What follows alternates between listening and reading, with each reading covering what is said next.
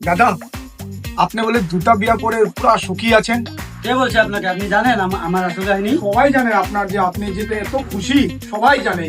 জানেন আমি কত সুখে আছি? হ্যাঁ, সবাই জানে। সবাই জানে। হ্যাঁ। সারাদিন কাম করে আসি, বাড়িতে আসার পরে ভাবি যে দুই বউ মিলে আমার সুখের শান্তিতে তো ভাত হ্যাঁ। মাংস বানায় খাওয়াবে। হ্যাঁ, দিবে।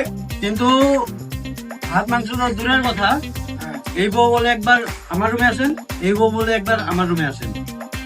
দুই বউ নিয়ে আমি যে কি জ্বালায় আছি আমি একমাত্র জানি। জানেন, আগে আমি আঙ্গুরের মতন ছিলাম, আঙ্গুরের মতো ছিলেন। এই দুই বউর চক্করে এখন কিসমিসের মতন হয়ে গেছি। বাপরে, কে দুই ভাই কি করে তোমাকে? এই দেহ একটা বউ দেহ হাতির মতন দেহ হয়ে গেছে। এটা তো নতুন বিয়া করছি মাত্র, দেহ হাতির মতন দেহ হয়ে গেছে। আমি হাতির মতন হয়ে গেছে, কষ্টটা করে সারাদিন দেখো নাই। হ্যাঁ বৌদি, এটা কি সত্যি কথা? হ্যাঁ, কি সত্যি কথা, বিয়া করছে, বুড়ার কি যশ, বুড়া বসে একটা কালছনি নিয়েছে, কালছনি। এই ধামড়ি বাটি কি বলিস? কারা ধরু দেখে দিচ্ছে এই জানিস? আমার চিনিস না কাল পাঠি?